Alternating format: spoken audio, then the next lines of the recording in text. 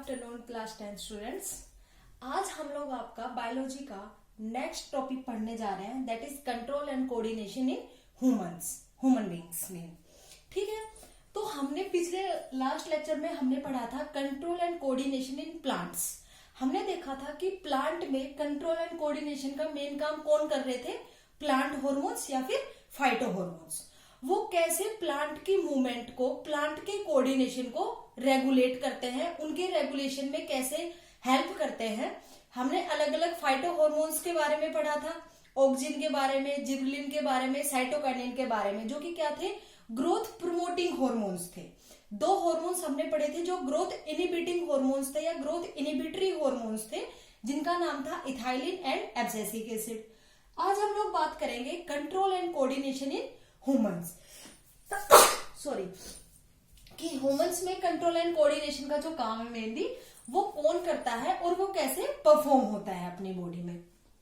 तो अगर मैं बात करूं कंट्रोल एंड कोऑर्डिनेशन, तो इसमें भी सबसे पहले तो जो मीनिंग आए, जो वर्ड आएगा वो आएगा स्टिमुलस।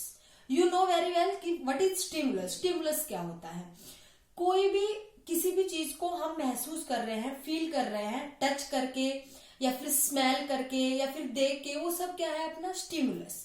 जैसे सनलाइट है, वो क्या है, एक स्टिमुलस है। टेम्परेचर है, वो क्या है, एक स्टिमुलस है। कोल्ड है, हॉट है, वो आपको महसूस हो रहा है, वो क्या है, एक स्टिमुलस है, स्टिमुलाई है। ऐसे ही कोऑर्डिनेशन क्या होता है, अब अपने बॉडी के जो हर ऑर्गन है, जैसे डाइजेस्टिव सिस्टम में फेरिंग्स है, oesophagus, stomach, small intestine, large intestine, rectum, colon and सारे जो जितने भी पार्ट्स हैं, ठीक है, वो सारे एक दूसरे के ऊपर डिपेंड है। कोई भी ऑर्गन अपना काम इंडिपेंडेंट वे में नहीं करता। जैसे अब डाइजेशन है, डाइजेस्टिव सिस्टम है, उसमें अकेला एक स्टमक तो डाइजेशन कर नहीं देता, उसके अलावा स्मॉल इंटेस्टाइन, लार्ज इंटेस्टाइन, उसके आगे जाके रेक्टम, ऊपर से आता हुआ फेरिंग्स, इसोफेगस, सभी का रोल प्ले होता है। तो हर ऑर्गन अपने फंक्शन के लिए दूसरे फंक्शन पे क्या करता है, डिपेंड करता है। कोई भी ऑर्गन अपना फंक्शन इंडिपेंडेंटली परफॉर्म नहीं करता ह्यूमन बॉडी में। इसलिए सभी ऑर्गन्स एक कोऑर्डिनेशन में मिलके एक फंक्शन परफॉर्म करते हैं और उसी को हम क्या बोलते हैं, कोऑर्डिनेशन। कि सभी ऑर्गन्स एक साथ मिलकर एक फंक्शन को परफॉर्म करें या एक रिस्पॉन्स को जनरेट करें। जैसे हम स्टिमुलस के अगेंस्ट रिस्पॉन्स के अकॉर्डिंग रिस्पॉन्स या रिएक्शन करते हैं, उसके अकॉर्डिंग क्या कराए, हमें रिस्पॉन्स कराए, वो क्या है, अपना कोऑर्डिनेशन। तो मैंने बताया था जैसे control and coordination in plants में वो मेनली फाइटो हार्मोन्स के द्वारा हो रहा था। ऐसे ही ह्यूमन बीइंग्स में कंट्रोल और कोऑर्डिनेशन में मेन जो रोल प्ले करता है वो टू सिस्टम्स होते हैं। वो टू सिस्टम्स कौन कौन से होते हैं, फर्स्ट इज नर्वस सिस्टम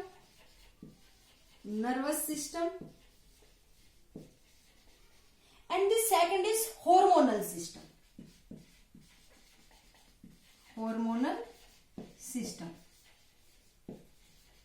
जिसको हम एंडोक्राइन सिस्टम भी बोलते हैं, एंडोक्राइन सिस्टम। ठीक है, तो ह्यूमंस में मेनली कंट्रोल और कोऑर्डिनेशन में जो रोल प्ले करता है, जिसकी वजह से कंट्रोल और कोऑर्डिनेशन होता है, वो मेनली टू सिस्टम्स है। कौन कौन से हैं, first is nervous system and second is the hormonal system, या फिर उसको हम बोल सकते हैं एंडोक्राइन सिस्टम। अब हम सबसे पहले बात करते हैं नर्वस सिस्टम की, कि नर्वस सिस्टम क्या है, उसमें कौन कौन सी ऐसी सेल्स है जो अपना रोल प्ले करती है और उसका स्ट्रक्चर क्या है। ठीक है, तो सबसे पहले हम बात करते हैं नर्वस सिस्टम की। First we talk about nervous system.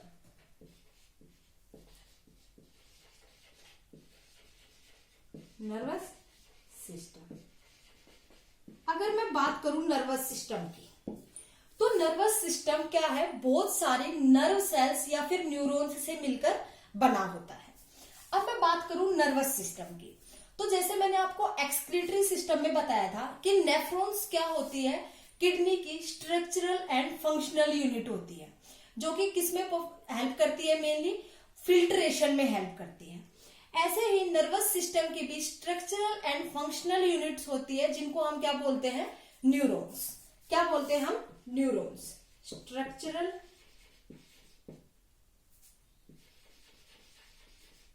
And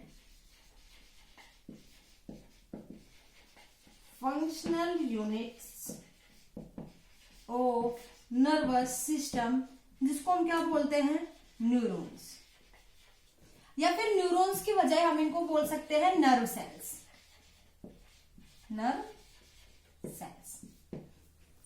ठीक है, अब हम बात करते हैं आगे। नर्वस सिस्टम मेनली 2 टाइप की सेल्स से बना होता है। कितने टाइप की सेल से बना होता है?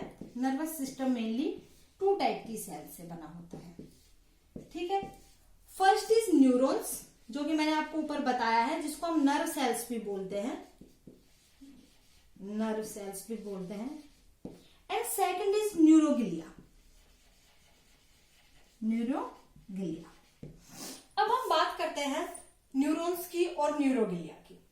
न्यूरॉन्स के बारे में जैसे मैंने आपको बताया, न्यूरॉन्स क्या है या फिर नर्व सेल्स क्या है? Structural and functional unit of nervous system. Structural and functional unit कौन है नर्वस सिस्टम की? न्यूरॉन्स या फिर नर्व सेल्स। अब हम देखते हैं न्यूरोग्लिया के बारे में। तो जो नर्व सेल्स है या जो न्यूरॉन्स है वो मेनली किस में रोल प्ले करती है? नर्व इंपल्स को कंडक्ट कराने में। जैसे कि हमें कोई भी मैसेज मिला, जैसे हमने किसी भी गर्म बर्तन को छुआ तो वो वहां से हमें टेम्परेचर महसूस हुआ, फील हुआ कि ये ज्यादा गर्म है, हॉट है ना। अब वो एक मैसेज अपने ब्रेन तक कन्वे किया, किसने किया? न्यूरॉन्स ने। किसने किया? न्यूरॉन्स ने, as a nerve impulse. Neurons क्या करती है? मेनली जो भी मैसेज है उसको कन्वर्ट करती है एक्शन पोटेंशियल में या फिर नर्व इंपल्स में, और कंडक्ट कराती है अपने ब्रेन तक। उस मैसेज को अपने ब्रेन तक क्या करती है? कन्वे करती है। ये किसका काम है? न्यूरॉन्स का। नर्व इंपल्स को कंडक्ट कराना, कंडक्ट नर्व इंपल्स। अब हम बात करते हैं न्यूरोग्लिया का। न्यूरोग्लिया मेनली किस में रोल प्ले करती है? जो न्यूरोग्लिया सेल्स है वो क्या है? एक टाइप की, अगर बोले तो हम इनको गिलियल सेल्स भी बोल सकते हैं। ठीक है, और ये मेनली क्या प्रोवाइड करती है? इनको हम गिलियल सेल्स भी बोल सकते हैं, गिलियल सेल्स।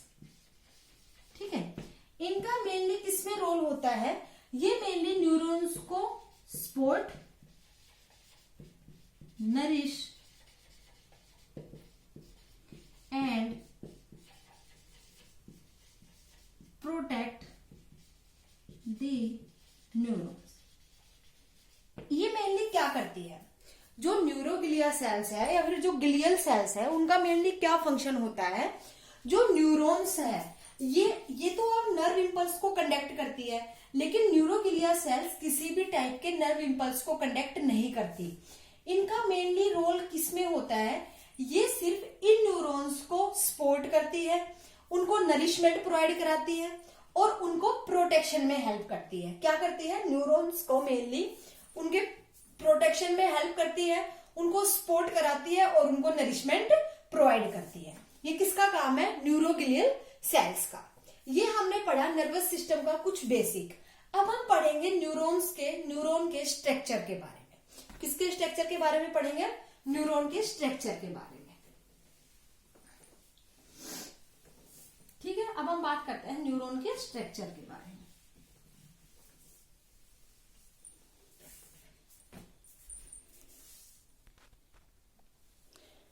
तो स्टूडेंट्स, अब हम पढ़ रहे हैं स्ट्रक्चर ऑफ न्यूरॉन्स, कि न्यूरॉन्स का स्ट्रक्चर मेनली कैसा होता है, उसमें कौन कौन से पार्ट्स होते हैं, हम उनके बारे में पढ़ेंगे।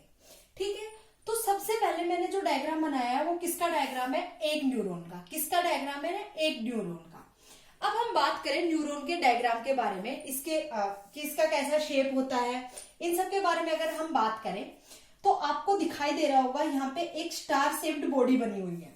ठीक है, इसको हम इतने पोर्शन को हम लोग क्या बोलेंगे? इतने पोर्शन को, जो ये है इतना पोर्शन, इसको हम क्या बोलेंगे? सेल बॉडी, या फिर उसी को हम सोमा बोलते हैं, उसी को हम साइटोन भी बोल सकते हैं, या फिर हम उसको पेरिकार्डियन भी बोल सकते हैं। सेल बॉडी, सोमा, साइटोन या फिर पेरिकार्डियन। अब हम बात करते हैं इसके अंदर क्या क्या प्रेजेंट है। तो इसके अंदर प्रेजेंट है न्यूक्लियस। क्या प्रेजेंट है? Nucleus.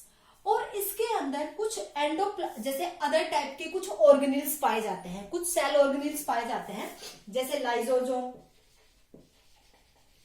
Ribosomes, endoplasmic reticulum, endoplasmic reticulum. ये क्या है, कुछ टाइप के सेल ऑर्गेनेल्स पाए जाते हैं इसकी सेल बॉडी में, जो ये बीच में जो साइटोप्लाज्म प्रेजेंट है इसमें। साइटोप्लाज्म में कुछ टाइप के सेल ऑर्गेनेल्स पाए जाते हैं, जैसे कि lysosomes, Golgi body, ribosomes, endoplasmic reticulum, Golgi body भी लिख सकते हो आप, गोल्जाई बॉडीज, ठीक है, ये पाए जाते हैं।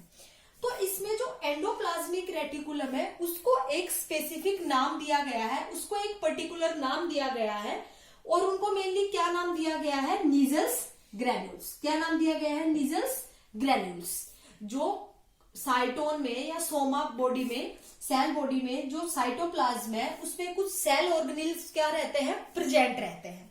अब आपने प्रोकैरियोटिक यूकैरियोटिक सेल पढ़ा होगा, उसमें भी आपने पढ़ा होगा, या फिर आप कोई भी सेल का स्ट्रक्चर देखते हो, शेप देखते हो, उसके अंदर साइटोप्लाज्म प्रेजेंट होता है, और उसमें सेल ऑर्गेनेल्स क्या रहते हैं, सस्पेंडेड रहते हैं, फ्रीली मूव करते हैं। तो उसमें जो सेल ऑर्गेनेल्स प्रेजेंट है वो मेनली कौन कौन से हैं, गोल्जाई बॉडीज, लाइसोसोम्स, राइबोसोम्स, या फिर एंडोप्लाज्मिक रेटिकुलम। तो उसमें जो एंडोप्लाज्मिक रेटिकुलम प्रेजेंट है उसको हमने एक स्पेसिफिक नाम दे दिया न्यूरॉन्स में, और उसको हमने क्या नाम दिया, नीजल्स ग्रैन्यूल्स। ये बात हो गई इसकी सेल बॉडी की और सोमा की। उसके बाहर की साइड पे आपको दिख रहा होगा ब्रांचेस में स्मॉल फाइबर्स निकले हुए हैं, ब्रांचेस में स्मॉल स्मॉल फाइबर्स निकले हुए हैं, बाहर की साइड क्या है, इजेक्ट है।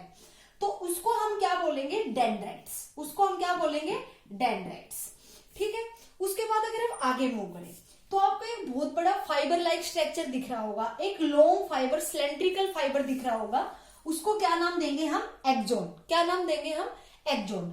और जहां पे एक्सोन और ये सेल बॉडी या फिर सोमा की मीटिंग होगी, मतलब जहां पे ये लोग मिलेंगे, इस पार्ट को हम लोग क्या बोलते हैं, इस पोर्शन को हम लोग बोलते हैं एक्सोन हिलोक। जहां पे एक्सोन और सेल बॉडी क्या करेंगे, आपस में ज्वाइंट करेंगे, उस पोर्शन को, उस जगह को हम लोग क्या नाम देंगे, एक्सोन हिलोक। अब हम आगे बात करें एक्सोन की, तो एक्सोन के ऊपर कुछ सेल्स प्रेजेंट होती है। क्या प्रेजेंट होती है, कुछ सेल्स प्रेजेंट होती है, जिनको हम बोलते हैं स्वान सेल्स, जिनको हम क्या बोलते हैं, स्वान सेल्स। ये स्वान सेल्स क्या करती है, ये स्वान सेल्स एक प्रोटेक्टिव कवरिंग, एक प्रोटेक्टिव सीथ प्रोड्यूस करती है, जिसका नाम देंगे हम माइलिन सीथ, जिसको नाम देंगे हम माइलिन सीथ। न्यूरॉन्स के या एक्सोन के अराउंड ये एक प्रोटेक्टिव कवरिंग सीक्रेट करती है, प्रोटेक्टिव कवरिंग प्रोड्यूस करती है, या फिर हम बोल सकते हैं एक सीथ प्रोड्यूस करती है, जिसको हम नाम देंगे माइलिन सीथ। तो ये जो पोर्शन है जहां पे इसने प्रोड्यूस किया, इसको हम क्या नाम देंगे, माइलिन सीथ। और बीच का पोर्शन जहां पे माइलिन सीथ अब्सेंट है, जहां पे जो न्यूरॉन का जो स्ट्रक्चर है या एक्सोन का जो स्ट्रक्चर है वो अनमाइलिनेटेड है, अनमाइलिनेटेड है। ये तो क्या हो गया, माइलिनेशन, माइलिनेटेड है ये पोर्शन कि क्या, जहां पे माइलिन की सीथ प्रेजेंट है। और जहां पे माइलिन की सीथ प्रेजेंट नहीं है, अब्सेंट है, उस पोर्शन को हम बोलेंगे अनमाइलिनेटेड सीथ, ठीक है। तो जो जहां पे माइलिन की सीथ प्रेजेंट नहीं है उस पोर्शन को हम बोलेंगे नोड्स ऑफ रनवियर। क्या बोलेंगे, नोड्स ऑफ रनवियर।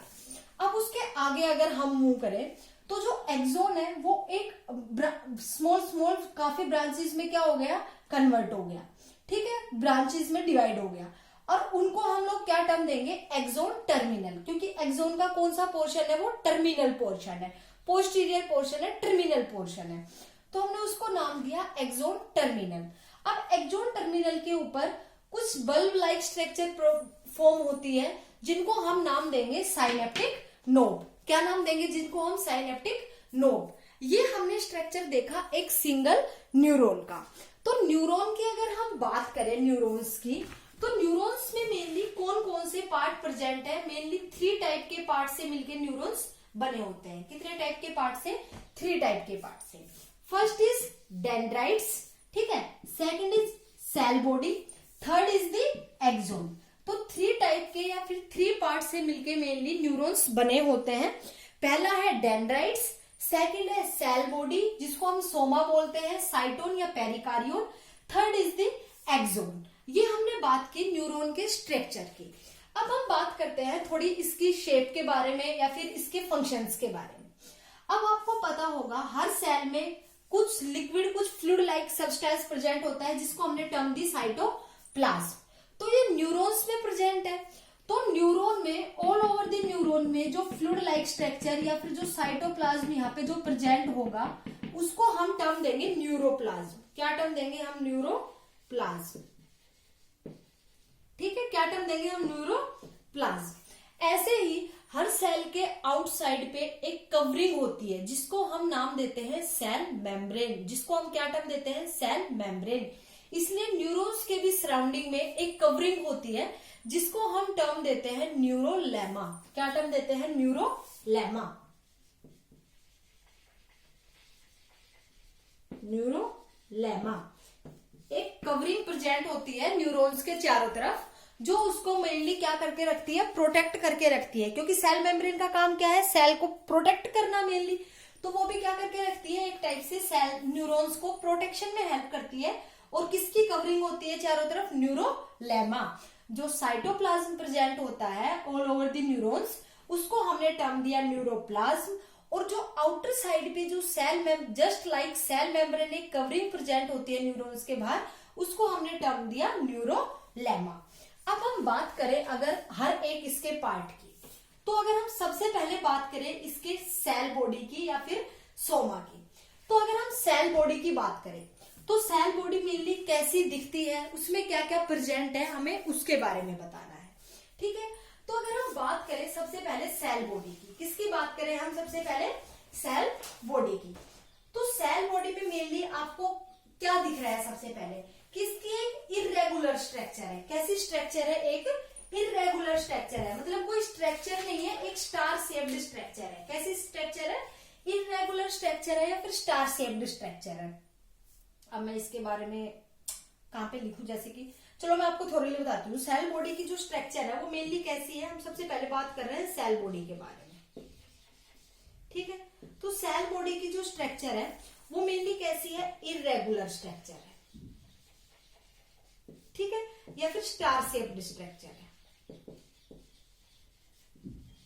ठीक है, अब अगर हम बात करें आगे सेल बॉडी के बारे में, तो सेल बॉडी क्या क्या कंटेन कर रहा है, क्या क्या उसमें प्रेजेंट है, अगर हम उसकी बात करें तो सेल बॉडी में मेनली क्या क्या प्रेजेंट है? सबसे पहले इसमें क्या प्रेजेंट है? न्यूक्लियस। क्या प्रेजेंट है? न्यूक्लियस। हर सेल की मेनली यूकैरियोटिक सेल्स की खासियत होती है कि उनमें ट्रू न्यूक्लियस प्रेजेंट होता है। कौन सा न्यूक्लियस प्रेजेंट होता है? ट्रू न्यूक्लियस प्रेजेंट होता है। और जो प्रोकैरियोटिक सेल्स होती है उनमें कौन सा न्यूक्लियस प्रेजेंट होता है? फॉल्स न्यूक्लियस प्रेजेंट होता है। कौन सा? False nucleus. तो हम बात कर रहे हैं ह्यूमंस की, तो यूकैरियोटिक सेल है तो इसमें क्या प्रेजेंट है? मेनली न्यूक्लियस प्रेजेंट है। अगर हम और बात करें तो इसमें क्या प्रेजेंट है?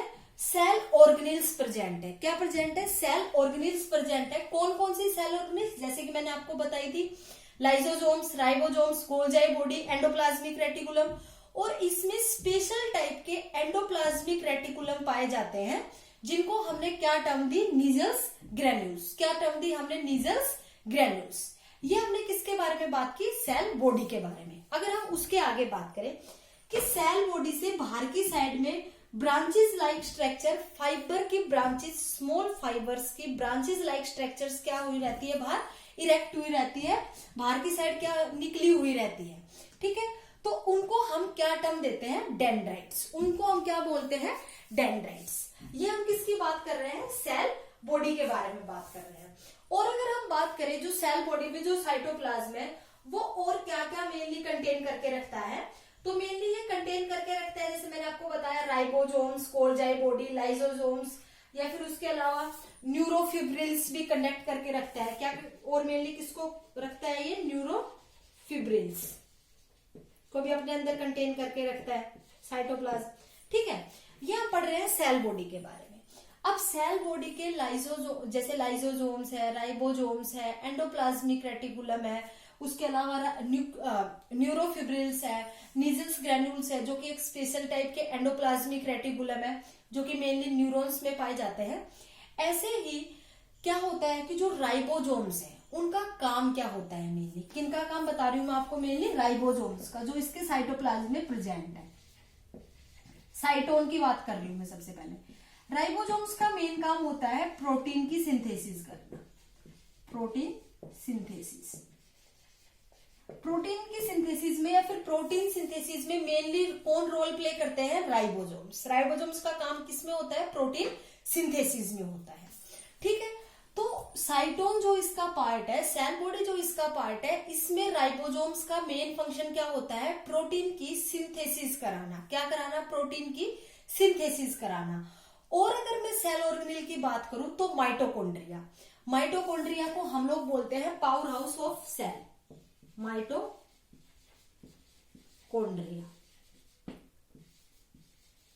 माइटोकॉन्ड्रिया को हम मेनली बोलते हैं power house of cell, power house of cell भी बोलते हैं। ठीक है, कि अपनी बॉडी को मेनली जो एनर्जी प्रोवाइड करा के जाता है वो कौन होता है? माइटोकॉन्ड्रिया। तो इसके साइटोप्लाज्म में बहुत सारे टाइप की, सेल बॉडी के साइटोप्लाज्म में बहुत सारे टाइप के सेल ऑर्गेनेल सस्पेंडेड रहते हैं, फ्रीली मूव करते हैं। कौन कौन से? Lysosomes, ribosomes. राइबोसोम्स मेनली किस में हेल्प करेंगे? प्रोटीन सिंथेसिस में। माइटोकॉन्ड्रिया जिसको हम पावर हाउस ऑफ सेल भी बोलते हैं, जो मेनली एनर्जी प्रोवाइड करके जाता है। उसके अलावा एंडोप्लाज्मिक रेटिकुलम, जैसे जिन्हें स्पेशल टाइप के एंडोप्लाज्मिक रेटिकुलम है, जिनको हम नीजल्स ग्रेन्यूल्स भी बोलते हैं। ये सारे कौन कंटेन कर रहा है? मेनली सेल बॉडी में जो साइटोप्लाज्म है वो कंडक्ट कर रहा है। कौन कंडक्ट कर रहा है? जो सेल बॉडी में साइटोप्लाज्म है वो कंडक्ट कर रहा है। जो सेल बॉडी में जो साइटोप्लाज्म कंडक्ट है वो मेनली क्या कर रहा है? इन्हीं सेल ऑर्गेनेल्स को कंडक्ट कर रहा है, अपने अंदर सस्पेंडेड है। उसके अंदर क्या है? सस्पेंडेड है। ये हमने किसके बारे में पढ़ा? सेल बॉडी के बारे में। अगर फर्दर मैं बात करूं सेल बॉडी की, तो सेल बॉडी में सेंट्रियोल क्या रहता है? अब्सेंट रहता है। मैं इनको रब कर रही हूं।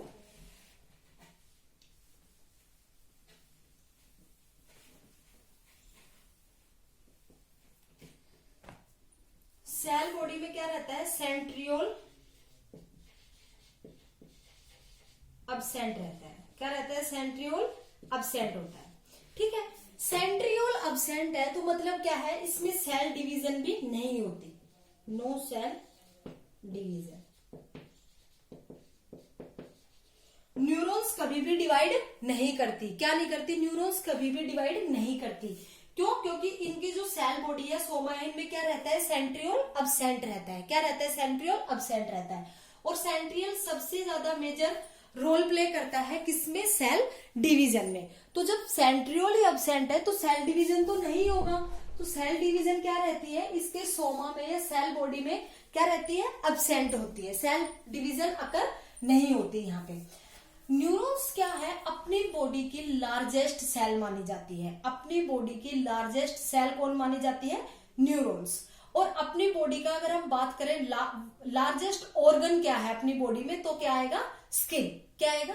स्किन। हम यहाँ पे बात कर रहे हैं किसकी? लार्जेस्ट सेल्स की। तो लार्जेस्ट सेल अपनी बॉडी की क्या है? न्यूरॉन्स। अब हमने बात कर ली सेल बॉडी के बारे में। अब हम बात करते हैं सेकंड डेंड्राइट्स के बारे में। किसके बारे में बात करेंगे हम? डेंड्राइट्स के बारे में। अब हम बात कर रहे हैं डेंड्राइट्स के बारे में कि डेंड्राइट्स का मेनली क्या काम है। तो डेंड्राइट्स आपको पता है स्मॉल ब्रांचेस में fibre like structure, cell body से ही बाहर की साइड क्या हो रहे हैं? बाहर की साइड ही निकले हुए हैं। आपको दिख रहा है डेंड्राइट्स का। ठीक है, एक टाइप की क्या है? शॉर्ट फाइबरस स्ट्रक्चर है। कैसी स्ट्रक्चर है? शॉर्ट फाइबरस स्ट्रक्चर है, जो कि बाहर की साइड क्या है? प्रोजेक्टेड है। किससे? सेल बॉडी से बाहर की साइड निकले हुए हैं। ठीक है, इनका अगर मैं बात करूं कि इनका मेन फंक्शन क्या होता है डेंड्राइट्स का, तो इनका मेन फंक्शन क्या होता है डेंड्राइट्स का, हम उसकी बात करते हैं। तो डेंड्राइट्स का मेन फंक्शन होता है नर्व इंपल्स को कंडक्ट कराना सेल बॉडी तक। नर्व इंपल्स को कंडक्ट कराना सेल बॉडी तक। Nerve impulse conduct to cell body.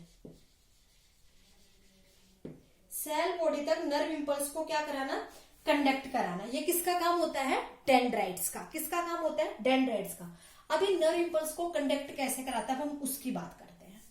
तो जैसे मैंने ये न्यूरॉन का स्ट्रक्चर बनाया है, ऐसे ही इसके आगे भी कुछ न्यूरॉन्स प्रेजेंट होते हैं, जैसे न्यूरॉन्स फिर न्यूरॉन्स फिर न्यूरॉन्स, ऐसे ही बॉडी बनी हुई होती है। अब ऐसा तो नहीं एक ही न्यूरॉन है वही आपके सारे फंक्शन, सारे जितने भी मैसेज है, जितनी भी इंफॉर्मेशन है उनको कन्वे कर देगी ब्रेन तक। बहुत सारे न्यूरॉन से, मिलियंस ऑफ न्यूरॉन से मिलकर बना हुआ है शरीर। अब क्या है, जो न्यूरॉन है, ये जो न्यूरॉन का जो स्ट्रक्चर है, इसके आगे भी क्या होगा, एक अदर न्यूरॉन प्रेजेंट होगी। क्या होगी, एक अदर न्यूरॉन प्रेजेंट होगी। तो जो वो जो पार्ट है, टर्मिनल जो पार्ट है, जैसे कि जो मैंने ये बताया है, ये जो पार्ट है, टर्मिनल जो पार्ट है, और फिर ये आगे जाके ये एक्सोन में कन्वर्ट हो गया वो सारा, ठीक है। ये पोर्शन आएगा अब न्यूरॉन का इसके आगे अगर हम बात करेंगे तो एक न्यूरॉन से दूसरे न्यूरॉन के बीच में क्या प्रेजेंट होता है, कुछ गैप प्रेजेंट होता है। क्या प्रेजेंट होता है, कुछ गैप प्रेजेंट होता है। न्यूरॉन्स ऐसे प्रेजेंट नहीं होते कि जैसे ये प्रेजेंट हुई तो अब इसी के टच होके दूसरी न्यूरॉन, नो, न्यूरॉन्स के बीच में कुछ गैप प्रेजेंट होता है। क्या प्रेजेंट होता है, कुछ गैप प्रेजेंट होता है। अब उसके बाद क्या होता है, यहाँ पे नर्व इंपल्स कंडक्ट होता है। कैसे कंडक्ट होता है यहाँ पे नर्व इंपल्स, अगर आप उसकी बात करें तो हमें किसके बारे में पढ़ रहे हैं, मेनली डेंड्राइट्स के बारे में, ठीक है। तो बच्चों आज हमने पढ़ा सेल बॉडी के बारे में, सोमा के बारे में।